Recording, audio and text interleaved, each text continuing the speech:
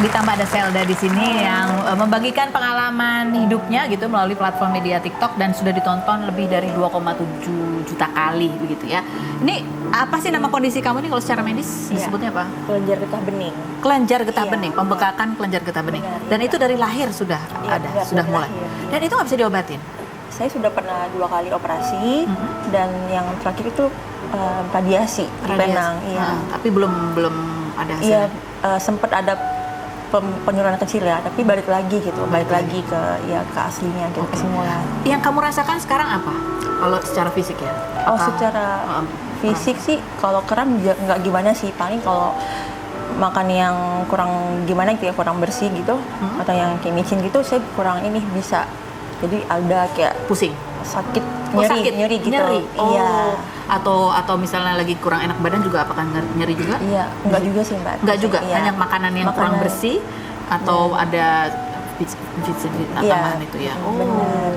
Ini kita lihat cuplikan kisah yang dibagikan oleh Selda berikut ini. Komentar netizen yang kita bacakan ya dari cukup dengerin omongan orang yang satu bikin kita kaya, 2 bikin kita pintar, 3 bikin kita happy. Selain dari itu anggap aja angin lewat gitu ya.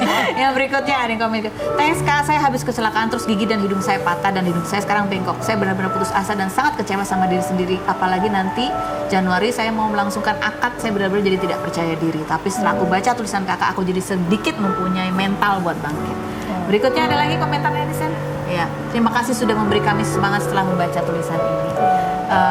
Nah ini juga dia membagikan kisahnya. Dulu juga kamu merasa insecure ya? Banget, pasti ya, gitu ya. Dari SD apalagi kan, dari kecil teman-teman kan nggak ngerti, kadang-kadang bercanda gitu ya.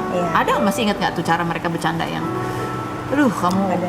Kayak apa tuh? Iya, pasti ada. Kalau yang namanya bullying kan, apalagi untuk kecil kan sempat ya agak baper ya gitu. Nah saya dulu biasanya sering diolok, bahkan setiap hari sih sebenarnya, setiap hari. Dan itu karena sering, jadi kayak biasanya diolok Shinchan gitu ya. Terus biasanya kan karena saya bengkak gini ya, ditirukan gitu. Ya contoh digembungkan gitu pipi saya, pipi beliau gitu ya, orang-orang gitu. Dan ditertawakan, itu yang saya ingat banget sih gitu. Itu kan sebenarnya kurang baik ya gitu. Itu yang membuat saya sempat down dan jadi suka agak sering susah bersosialisasi saat itu. Gitu. Kamu pada saat itu merasa down, terus ngadu kemana gitu?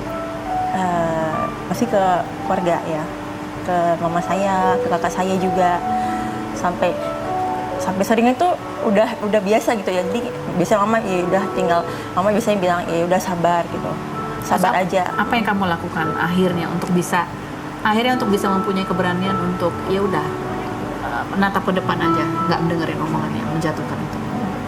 Sebenarnya ada titik terendahnya sih ya, sehingga saya tuh bisa yang awalnya saya tuh merasa tertolak banget, sehingga saya bisa menerima.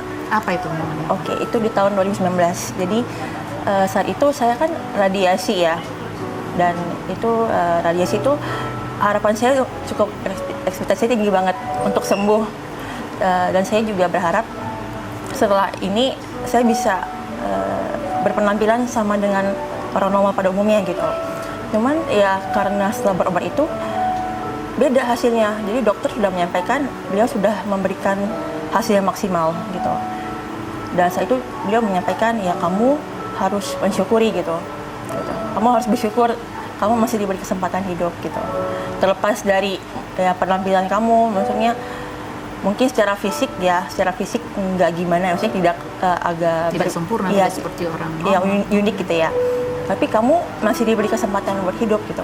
Itu yang membuat. Ya, dan juga dari keluarga support, mama juga support, kakak juga menyampaikan ya udah terima gitu, terima dan jalani aja gitu, jalani ke depan gitu. Sempat putus asa waktu itu? Saat itu momennya sedih gitu ya. Kemudian saya berdoa sih, saya berdoa ke Tuhan, minta Tuhan tolong bukakan jalan agar saya bisa lebih tenang menjalani hari-hari saya gitu.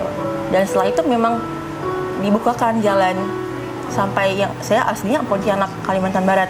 Tapi Tuhan buka jalan gitu.